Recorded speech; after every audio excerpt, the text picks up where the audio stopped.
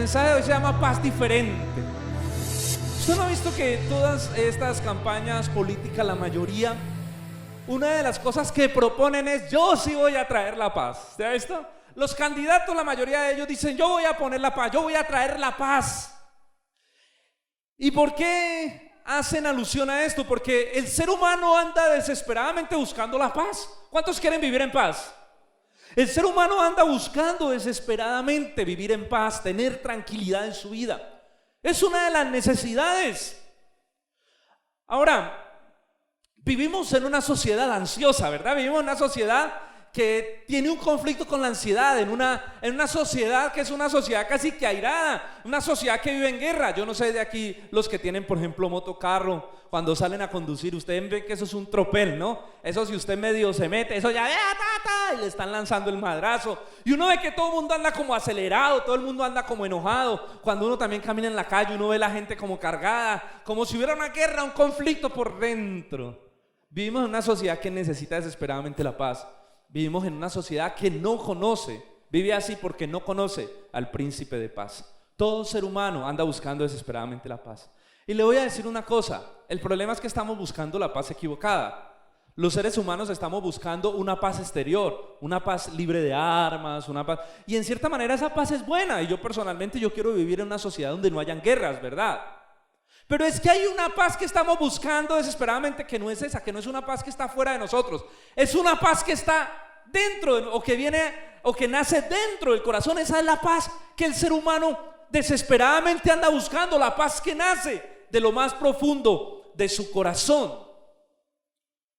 Y esa es la paz de la que yo le quiero hablar esta mañana. Jesús propuso una paz diferente. Note usted que toda la gente y los judíos estaban esperando que viniera el Mesías para que les trajera paz, pero la paz que ellos esperaban era precisamente una paz de gobierno, una paz donde pudiera el pueblo de Israel ser libre de la opresión, por ejemplo, romana que vivía en el momento. Y Jesús no hizo eso, pero Jesús sí dijo unas palabras que yo quiero que usted las busque, y están en Juan capítulo 14, versículo 27. Juan 14, 27. Jesús dijo: la paz os dejo, mi paz os doy. Escuche, yo no la doy como el mundo la da. No se turbe vuestro corazón, ni tengan miedo. Jesús está hablando de una paz diferente. Dice: mi paz les dejo, mi paz les doy, pero yo no la doy como el mundo la da. O sea, es una paz diferente. No es la paz libre de armas, no es la paz que esperaba el pueblo judío, no es esa paz de gobierno. Dice: yo doy una paz en el corazón, no se turbe vuestro corazón. Y lo otro que dice es: ni tengáis miedo. Y Jesús está aquí hablando a los discípulos. Mi pregunta es: ¿miedo de qué? Cuando el Señor dice ni tengáis miedo, ¿miedo de qué? ¿Verdad? ¿Miedo de qué? Es la pregunta que nos haríamos. Saben que al texto bíblico hay que hacerle preguntas para poder entenderlo mejor y tratar de responderlas dentro del mismo texto bíblico. ¿Miedo de qué? Ni tengáis miedo. O sea que podríamos hablar que la paz que Jesús quiere brindar es una paz que viene en el corazón, para que el corazón esté quieto, tranquilo, reposado, para que no se turbe nuestro corazón. Pero es una paz que nos quita el miedo, un miedo terrible a algo. La pregunta que vamos a tratar de estar respondiendo es: ¿miedo a qué? ¿Miedo a qué? ¿Qué roba la paz? ¿Qué quita la paz en el corazón humano?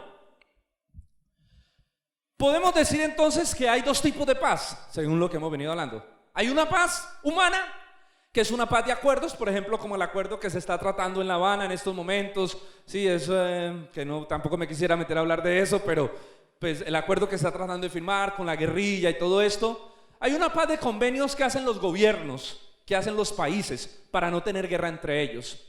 Pero hay una paz que es sobrenatural, que no es humana, y esta paz viene del cielo, y es la paz que viene a nuestra vida a través de nuestro Señor Jesucristo. Entonces hay dos tipos de paz, y es realmente esta última, esta paz que brinda Jesús, la que los seres humanos andan buscando desesperadamente, porque los seres humanos no la tienen, ¿verdad? No se turbe vuestro corazón ni tengáis miedo. Es una paz que Jesús da, que nace en el corazón.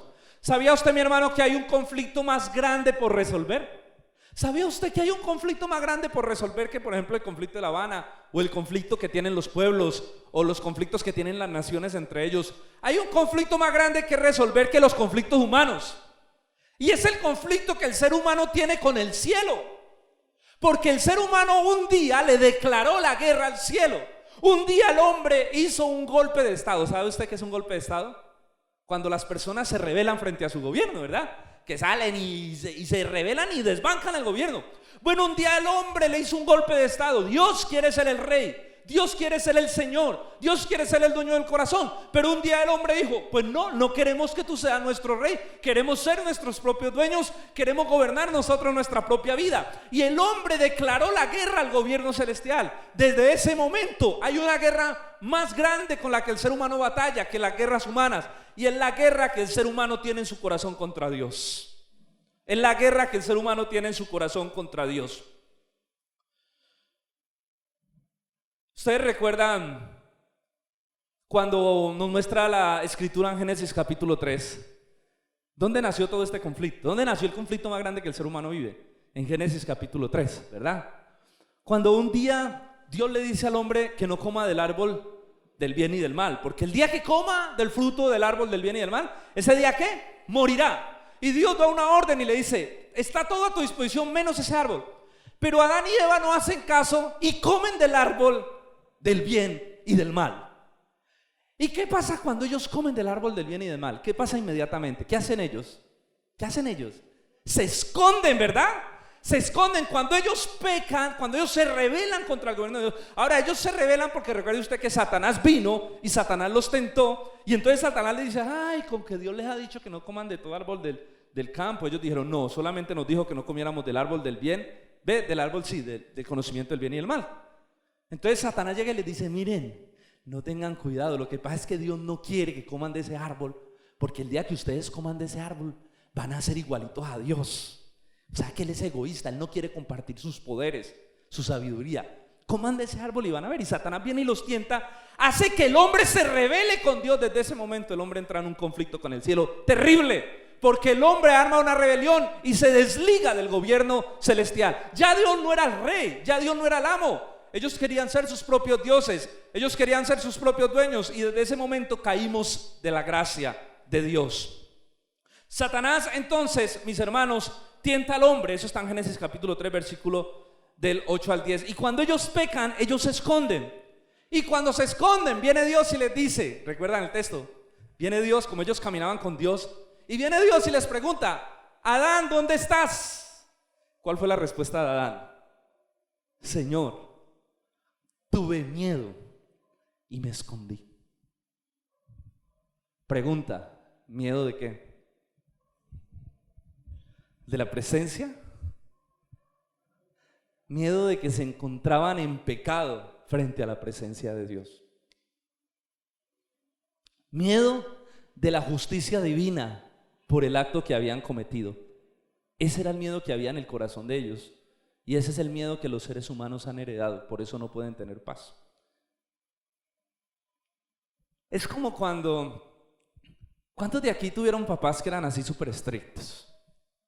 ¿Sí? ¿Cuántos de aquí llegaron a desobedecer o a hacer una embarrada cuando eran niños o adolescentes? ¿Qué sintió usted cuando desobedeció o cuando le pasó eso? ¿Qué sintió usted cuando vio que su mamá entraba o su papá entraba por la puerta y usted se sintió descubierto? ¡Miedo! ¿Miedo de qué? ¿Miedo de qué? Del castigo. Miedo de la justicia, ¿verdad? Porque usted sabía que por eso lo iban a castigar, porque usted desobedeció una orden de sus padres. Bueno, ese es similar al miedo, al temor que sintieron Adán y Eva cuando vieron a Dios llegar y se encontraron descubiertos con su pecado frente a Dios. Un miedo de la justicia de Dios. Un miedo de que sus vidas estuvieran manchadas de la desobediencia. ¿Y por qué tuvieron miedo? Porque ellos sabían quién era Dios. Porque ellos caminaban con Dios. Y ellos sabían cómo era la justicia de Dios. Ellos conocían cómo era ese Dios. Ellos entendían que Dios era un Dios digno de ser temido, porque ellos caminaban con Dios y lo conocían. El problema es que Satanás distorsionó el concepto de Dios. Porque Satanás, mire cómo los trabajó y les dijo: no tengan miedo, coman de la fruta. El caso es que Dios es egoísta. Eso no pasa nada. Lo que pasa es que Él no quiere que sean como Él. Note usted cómo distorsionó Satanás la naturaleza justa y amorosa y perfecta y santa de Dios. Bueno, esta siguiente parte del mensaje yo la he llamado la naturaleza distorsionada de Dios. Porque si hay algo que Satanás ha tratado de hacer desde el principio, es que en la mente y en el corazón humano se distorsione la naturaleza de Dios. Y déjeme decirlo, que lo ha logrado. Déjeme decirlo, que la gente no tiene una idea clara de quién es Dios. Y tristemente déjeme decirle que muchas veces nosotros los cristianos no tenemos un concepto correcto de quién es ese Dios con el que nos relacionamos. Satanás ha logrado distorsionar la imagen de Dios. Satanás ha logrado quitar el temor de Dios en el corazón humano. La gente no tiene miedo de Dios. La gente no le tiene temor a Dios. ¿Sabe cómo ve la gente a Dios? Como un viejito bonachón. Para la gente Dios es como Papá Noel. Para la gente, para muchos, Dios es como un Winnie Pooh, como un osito cariñosito. Y la gente ha perdido el temor. No ha entendido que dentro de la naturaleza de Dios se encuentra algo que llama la ira de Dios. Y que a esa ira, a esa justicia divina hay que tenerle temor. Yo recuerdo que en estos días yo estaba evangelizando a alguien. Y yo le decía, mira, tú necesitas arrepentirte de tu pecado. Tú necesitas creer en Cristo como tu Salvador. Tú necesitas tener una buena relación con Dios a través de Cristo. Me dice, porque así todo parcerito. El cucho sabe cómo lo llevo. El zarco me quiere. ¿No entiendes cómo uno dice, wow, cómo la gente ha perdido el temor? El respeto para la gente trata a Dios como Dios, chévere. Él es muy bacano, es un amor, Dios, vea, picos para Dios. Y la gente tiene ese concepto de Dios, ¿sí? Todas las personas ven a Dios de esa manera. Y por la falta de temor de Dios, por la falta del temor de Dios en sus vidas, es que la gente comete todo ese tipo de maldades y atrocidades, porque no hay nada que refrene sus vidas del mal. La gente dice, nadie me está viendo. ¿Por qué existe la corrupción política? Por ejemplo, uno de los grandes problemas de Colombia. ¿Por qué existe tanta violencia, tanta maldad? Porque las personas dicen, es que nadie me está viendo. Y como la gente ya no le cree a la justicia humana, porque dicen, la justicia eso se demora, o la policía no sirve para nada, entonces ya la gente ha perdido el respeto y el temor de la justicia humana. Pero el gran problema es que la gente ha perdido el temor de la justicia divina, de que hay un Dios que sí lo está viendo, de que hay un Dios que está mirando cada acto y pesando cada acto, y de que un día tendrá que rendir cuentas a esa justicia del cielo. Y como la gente ha perdido el temor de Dios, haga lo que quiera con su vida, porque todos los seres humanos tienen una naturaleza pecadora, una naturaleza de maldad, y como esa naturaleza está dentro, pues no hay temor de Dios, no hay nada que la frene. Por eso la sociedad está como está, por eso tanta violencia, por eso tanta maldad, por eso, sí, la gente ha perdido el temor de Dios. Es tanto que hay sicarios que hasta oran para que Dios les permita matar a una persona. Hay ladrones que oran para que Dios permita que no los cojan cuando están robando. Como la gente ha perdido el temor, porque Satanás ha distorsionado la naturaleza de Dios en la mente humana. Cuando Jesús llega a la tierra, una de las cosas que Jesús nos enseña es que los seres humanos debemos seguir teniendo temor de Dios. Yo quiero que usted busque por favor en su Biblia Mateo capítulo 10 versículo 28. Mateo 10, 28. Miren lo que Jesús dice. Y Jesús le está hablando en estos momentos a los discípulos, porque está con los discípulos y les está hablando acerca de la persecución. Les dice, los van a perseguir. A ustedes los van a perseguir las autoridades, los reyes. Los van a meter a la cárcel, algunos los van a matar. Pero en medio de ese contexto les dice lo siguiente, pues hablando de que los van a perseguir por causa del evangelio. Mateo 10, 28. No teman a los que matan el cuerpo, les dice Jesús, pero no pueden matar el alma. Teman más bien al que puede destruir el cuerpo y el alma en el infierno. El Señor dice, no teman de los gobernantes. No teman cuando los echen a la cárcel o los maten por causa de predicar el evangelio. Teman al que pueda echar el cuerpo y el alma en el infierno. ¿Y quién es el que puede echar el cuerpo y el alma en el infierno? ¿Quién es el único? La justicia divina, Dios. Solamente Él puede echar. Y entonces Jesús nos está enseñando. Le está hablando a los discípulos, no le está hablando al mundo. No le está hablando al mundo que no lo conoce, le está hablando a los cristianos, a nosotros. Nos dice, tengan temor de Dios, que es el único que puede echar el cuerpo y el alma en el infierno. Témanle a Dios, témanle a Dios, teman al Señor. Pero tú me puedes decir, ay pastor, pero el Señor Jesús no vino a hablarnos del amor y la gracia de Dios. El Señor Jesús vino a hablarnos del amor, de la gracia. ¿Usted por qué nos habla? No, es que hemos distorsionado el mensaje. Por eso le digo, Satanás ha logrado inclusive dentro de la iglesia que las personas distorsionen la naturaleza de Dios o no puedan comprender perfectamente esa naturaleza, que dentro de esa naturaleza también hay una ira santa en Dios, que Dios es un Dios que es fuego consumidor también. Los seres humanos somos muy chistosos porque nosotros cuando escuchamos un mensaje agarramos lo que nos conviene, ¿verdad? Agarramos lo que nos sirve y lo que nos conviene, y a veces interpretamos las cosas de acuerdo a nuestro propio beneficio o de acuerdo a una interpretación mental, una serie de procesos mentales que ya tenemos grabados, una información. Entonces esa información hace que todo el mensaje lo procesemos y en cierta manera se vuelva un mensaje subjetivo. Entonces el ser humano ha distorsionado, porque Jesús también habló de la ira de Dios. Jesús también habló de que Dios es fuego consumidor. Jesús nos enseñó que tenemos que temer a Dios. Pero ¿qué hemos hecho los cristianos? ¿Qué hemos hecho los que estudiamos la palabra de Dios? Hablar solo del amor de Dios. Dios es amor, Dios es tan lindo, Dios es tan bonito, Dios te ama. Y sí, pero eso es solo parte del mensaje. La otra parte es que a Dios hay que tenerle miedo, hay que tenerle temor y hay que tenerle respeto. En Dios hay una ira santa por la santidad, en Dios hay una ira santa en contra del pecado y en contra de la injusticia, siendo la injusticia pecado.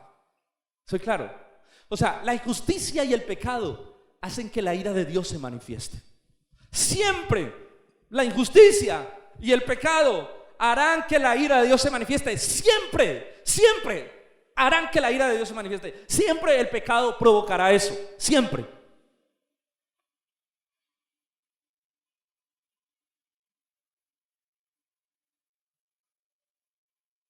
Miren, Dios es un juez justo.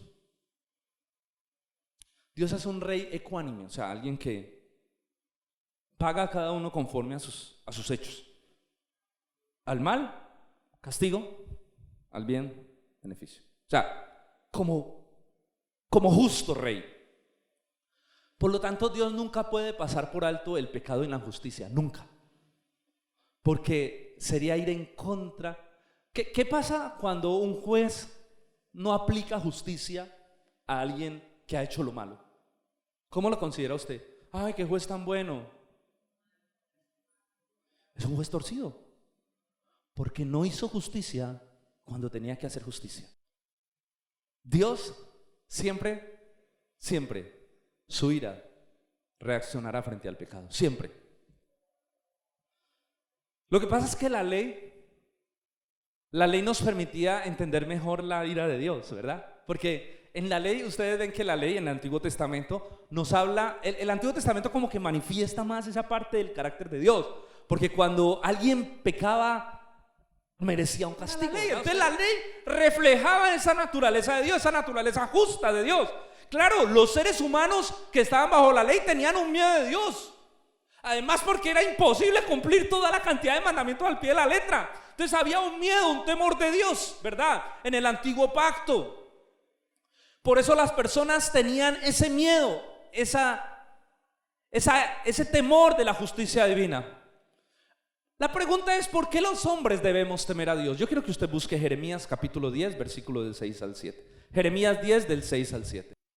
No hay semejante a ti, oh Jehová, grande eres tú, y grande tu nombre en poderío. ¿Quién no te temerá, Rey de las naciones?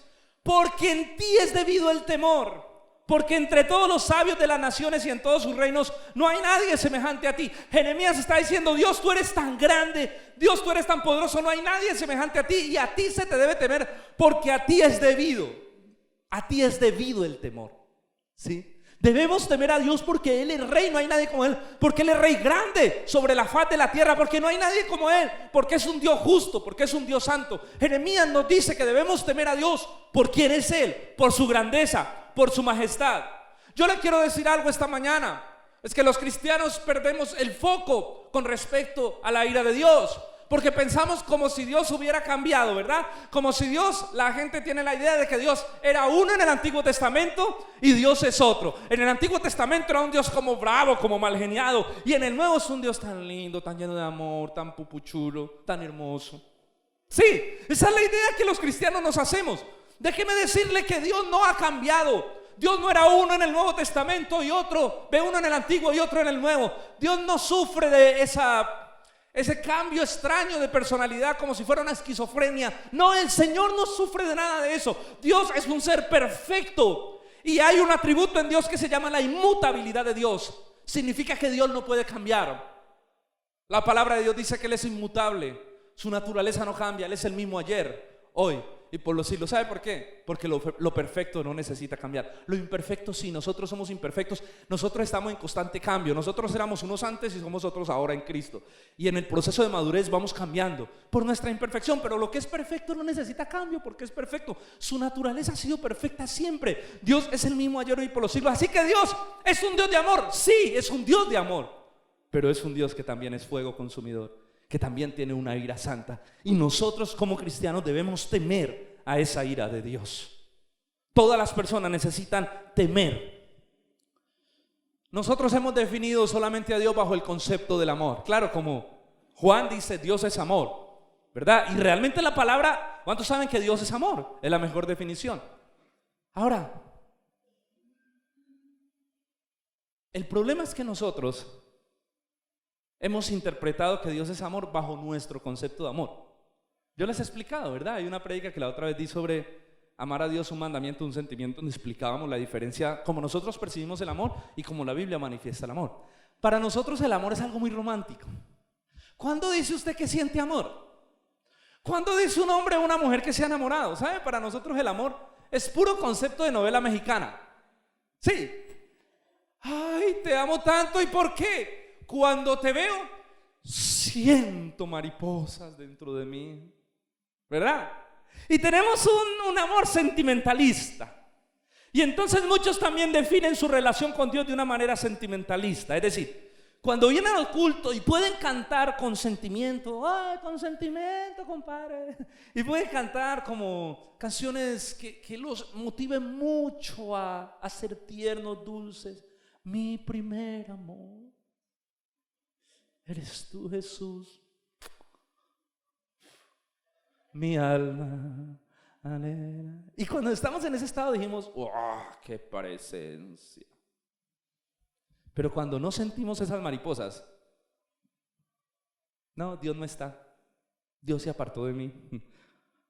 Ya no amo al Señor porque nuestro concepto de amor es muy romántico. Una canción preciosa como Mi primer amor, pero nuestro concepto de amor es demasiado romántico. Entonces, como nuestro concepto de amor es tan romántico, para nosotros no nos cuadra que la ira pueda estar dentro del amor, ¿sí o no? ¿Cómo me cuadra usted la ira dentro del amor? ¿Cómo puede usted decir que esa persona me ama, pero hoy es una persona airada también? ¿Cómo me acomoda ese par de conceptos dentro de una misma persona? Usted dice, o es amor o es ira, pero no puede ser las dos, porque es que nuestro concepto de amor es demasiado romántico. Pero en Dios, en su naturaleza de amor, sí cuadra la ira, porque la ira de Dios está relacionada con su amor. Pastor, ahora sí, si venía loco me dejó más loco. Se lo voy a explicar. La ira de Dios se manifiesta gracias a su amor. Les dije a ustedes que la ira de Dios se manifiesta a causa del pecado y de la injusticia, ¿verdad?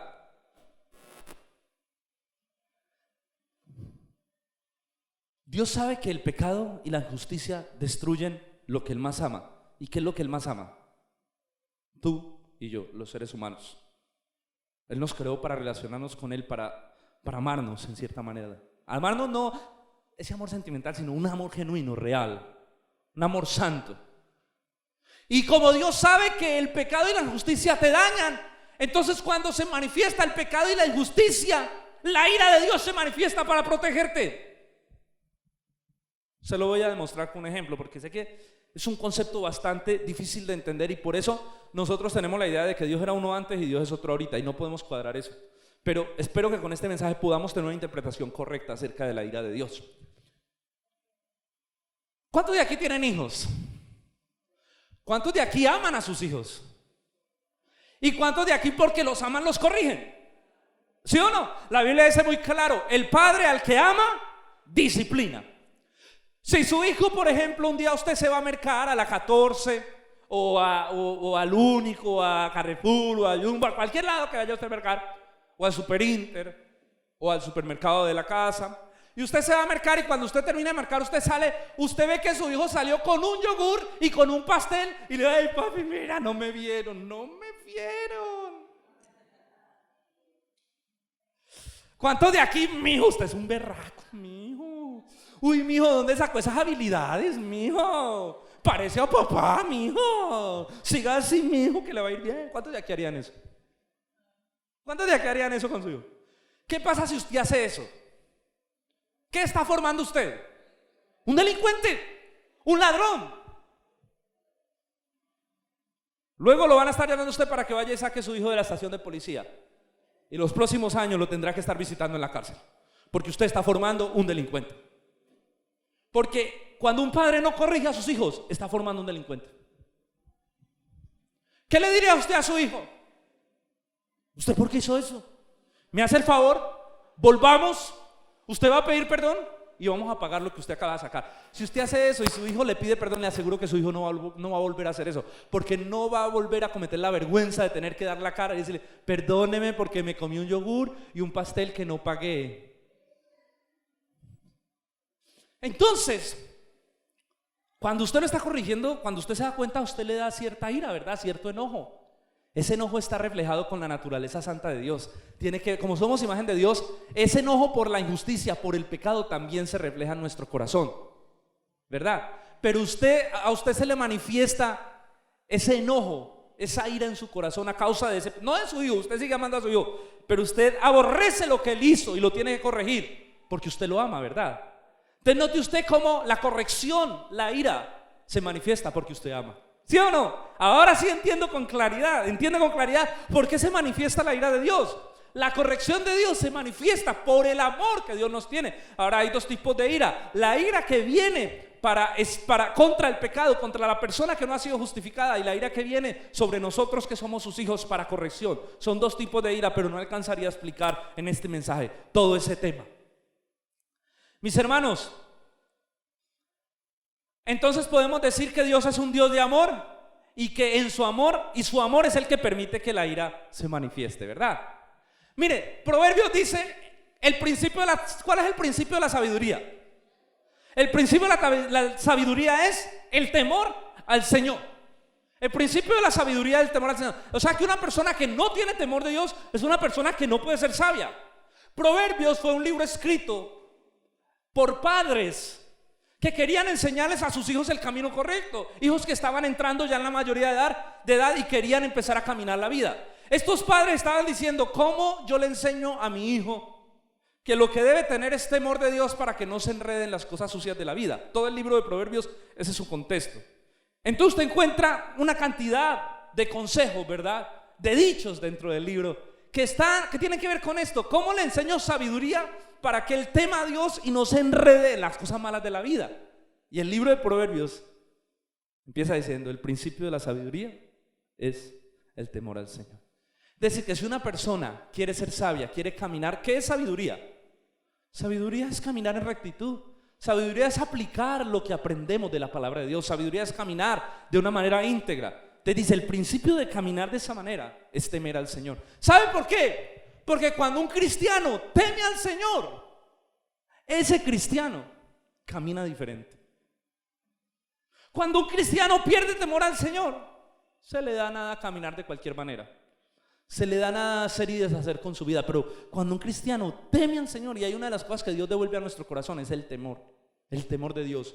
Porque el temor de Dios nos protege. Un predicador decía algo que me encantó: Dios nos ama y nuestra respuesta a ese amor es el temor. Cuando nosotros tememos, estamos demostrando que amamos al Señor. Porque el temor impide que se manifieste esa naturaleza pecadora en nuestra vida también.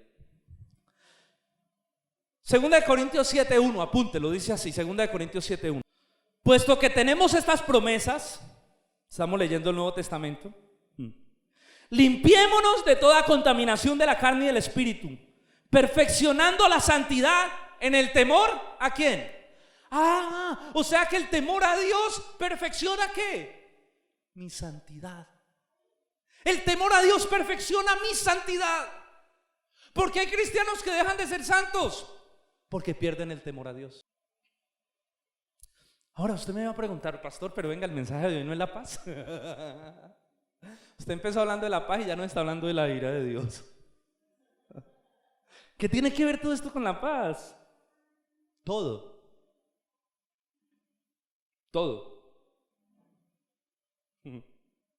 Este tercer y último bloque del mensaje lo he llamado un segmento duro, pero es una verdad inalterable, bíblica.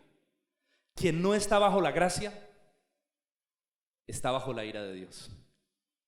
Quien no está bajo la gracia de Dios está bajo la ira de Dios. Todo aquel que no ha sido justificado a través de Cristo, escuche lo que le voy a decir porque esto es una verdad que usted se la tiene que grabar en su corazón. Esta es la esencia del evangelio. Todo aquel que no ha sido justificado en Cristo, todo aquel que no ha recibido el perdón de sus pecados a través de Jesucristo, que no ha creído en la obra redentora de Cristo en la cruz, en la sangre que expía los pecados, no está bajo la gracia, está bajo la ira. Por muy bueno que parezca, por muy bueno que parezca. Ay, pastor, pero es que yo tengo un familiar que él es tan bueno, él da mercados, él hace tantas cosas, pastor. La verdad es que ese familiar es tan bueno.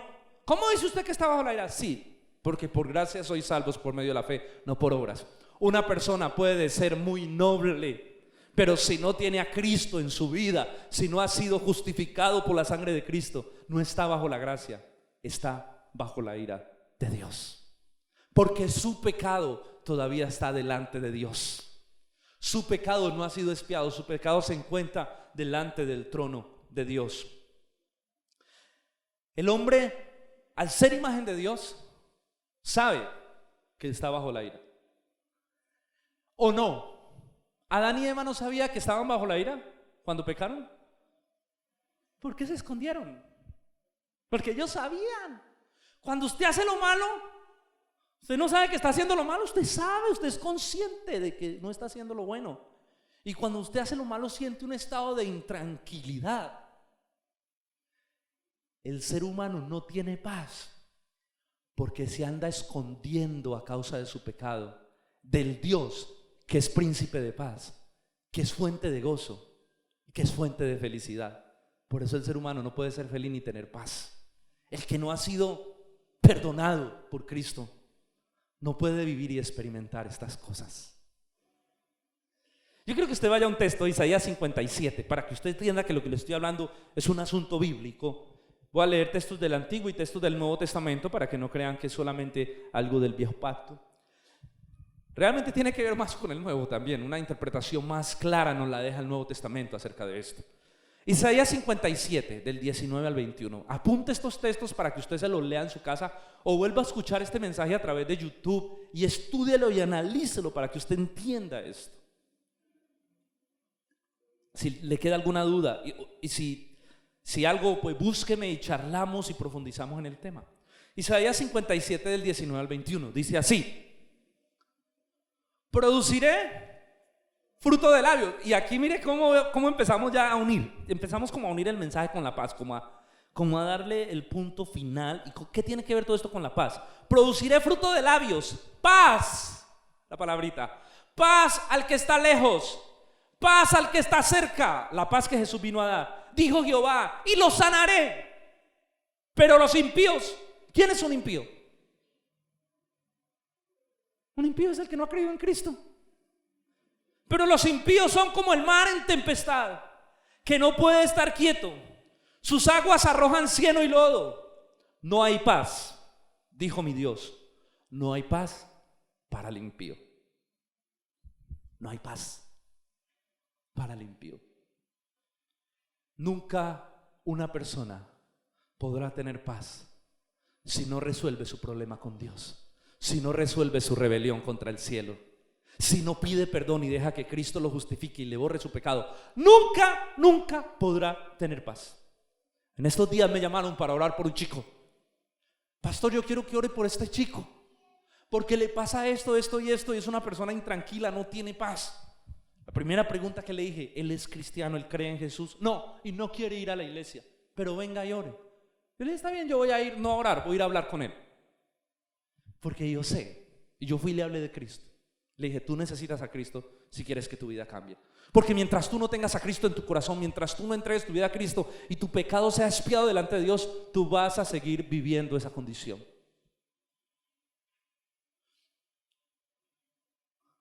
Porque uno ora por paz para alguien, pero uno sabe que la paz que esa persona necesita es la paz que viene de saber que estamos a cuentas con el cielo. Entonces, por mucho que usted ore, la Biblia dice: no hay paz para el impío.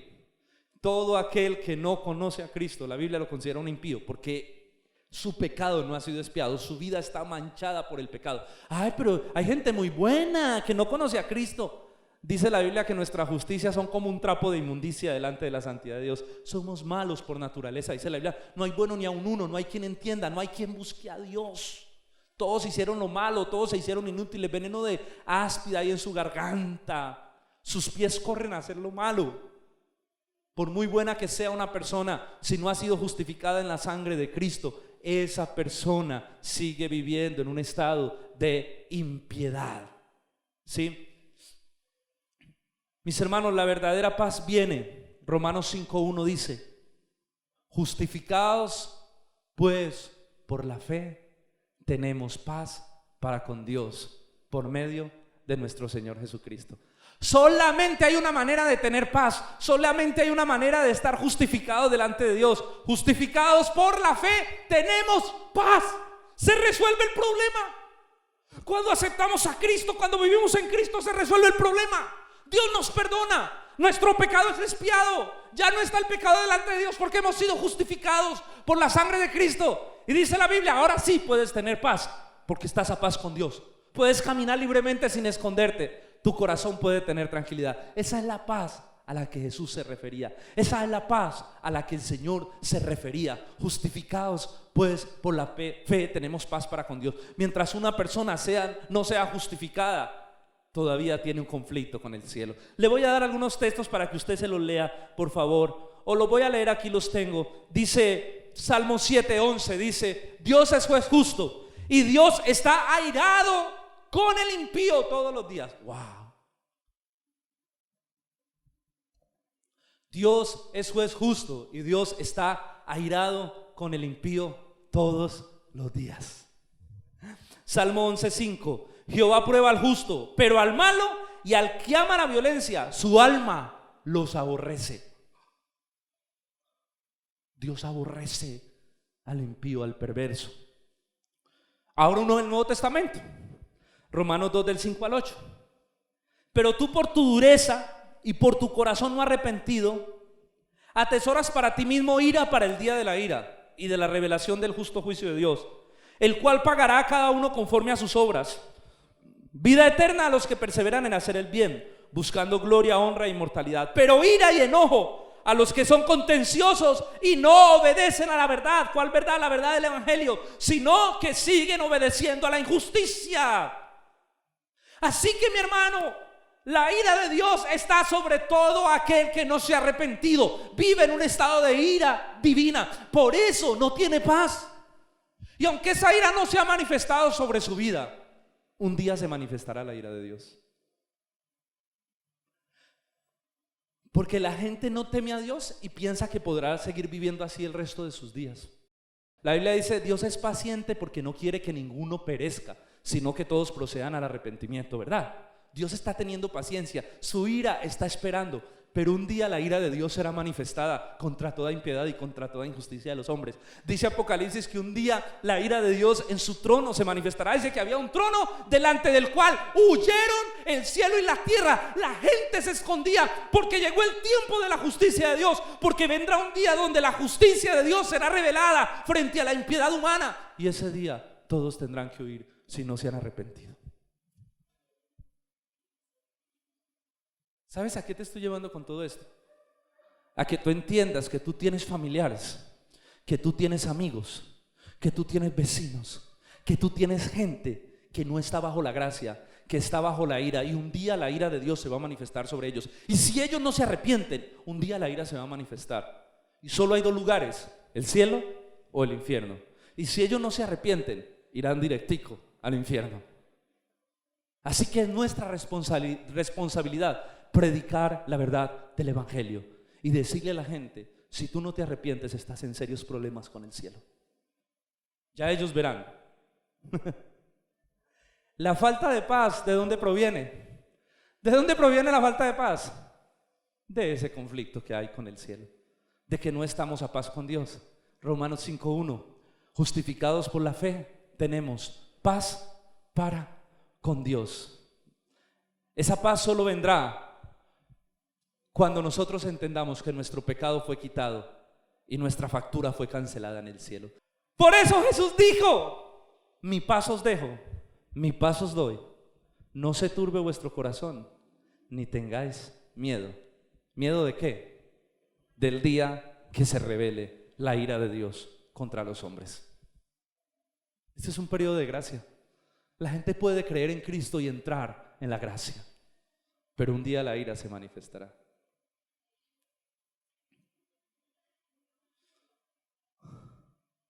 Pastor, y concluyo con esto. Sí, yo sé que ya tenemos la paz, porque ¿cuántos de aquí han sido justificados por la sangre de Cristo? Entonces, ¿cuántos de aquí saben que ya tienen paz? ¿Cuántos saben que ya tienen paz? ¿Sí o no? Ya tenemos paz. Ya la paz de Dios está en nosotros, porque hemos sido justificados y tenemos paz para con Dios. La pregunta es: ¿por qué perdemos esa paz? ¿Cuándo perdemos la paz? Y con esto termino. La paz que nosotros tenemos no es una paz externa, es una paz que viene del corazón. No se turbe tu corazón ni tengáis miedo. Es una paz del corazón, es una seguridad de que estamos justificados, de que estamos en Cristo, de que nuestras vidas en Él están seguras, ¿verdad? Esa paz no depende de circunstancias externas. Yo puedo tener paz mientras el mundo viva en guerra. De hecho, el mundo pueden cesar las guerras, pero si una persona no se arrepiente, su corazón vivirá en guerra hasta que tenga paz con Dios. Vivirá una guerra atroz. Pueden haber guerras en el mundo y mi corazón puede tener paz. ¿Cuándo pierdo yo la paz? Cuando yo contristo al Espíritu Santo. Dice la palabra que la paz que Dios nos da es un fruto del Espíritu: amor, gozo, paz. La paz que yo tengo proviene de mi relación personal con Cristo. Por ejemplo, cuando un cristiano vive en pecado, ¿pierde la paz? Sí. Cuando un cristiano empieza a vivir en un pecado constante, ¿pierde la paz? Sí. ¿Por qué? Porque ha perdido su relación con Dios. Y ese cristiano empieza a tener, como dice Hebreos, una expectación de juicio, un sentimiento de que en cualquier momento la ira de Dios para corrección se va a revelar sobre su vida. Porque a nosotros no aplica la ira del castigo, porque hemos sido justificados. Pero hay una ira que se aplica, y es la ira de la corrección de Dios. Es cuando Dios viene y corrige. Es cuando Dios viene y disciplina, porque el Padre al que ama disciplina. Entonces perdemos la paz cuando rompemos nuestra relación, cuando nos apartamos, cuando nos alejamos del Señor, cuando nuestra mente ya no está tranquila y reposada en Dios. Dice la palabra: tú guardarás, Isaías 26:3, apúntalo, tú guardarás en completa paz aquel cuyo pensamiento en ti persevera, en ti persevera. Hay que perseverar en nuestra relación con Dios, porque cuando yo rompo mi relación con Dios, pierdo la paz y empiezo a tener lo que dice Hebreos: una horrible expectación de juicio, de que algo va a pasar con mi vida y que Dios va a corregirme y que Dios va a hacer algo para volverme a su amor. Si tú y yo permanecemos en una relación perseverante, en una relación profunda, en una intimidad con el Señor, la paz de Dios va a estar con nosotros, porque Él dijo: mi paz os dejo, mi paz os doy. Yo no la doy como el mundo la da. No se turbe tu corazón ni tengas miedo. Jesús nos da una paz diferente. ¿Cuántos dan gracias a Dios? Jesús llena, inunda tu vida de paz, porque Jesús es el príncipe de paz. Tú y yo podemos vivir una completa paz. Tú y yo podemos vivir en la completa paz del Señor, aunque el mundo se caiga en guerra, porque el Señor prometió una paz diferente.